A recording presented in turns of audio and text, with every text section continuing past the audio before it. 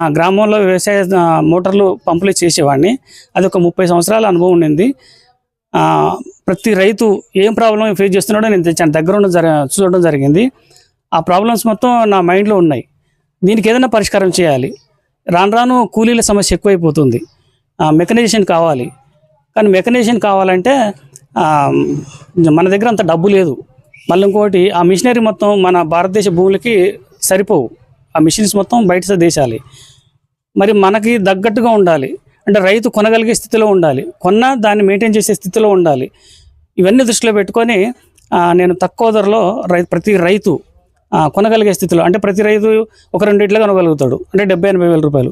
అంటే మనం చేసిన మిషన్ కూడా అదే స్థాయిలో ఉండాలి. అంతకంటే దాటకూడదు. ఆ రేట్లో ఉంటే, ఆ ధరలో ఉంటే సామాన్య రైతు కూడా, అంటే ఎకరం 2 ఎకరాల రైతు కూడా కొనగలుగుతాడు. ఇది దృష్టిలో పెట్టుకొని నేను మిషన్లు తయారు చేయడం జరిగింది. ఇదే నాకు ఈ అవార్డ్స్ రావడానికి కూడా కారణం. ఇది ఒక పెద్ద పాయింట్ అయిపోయింది.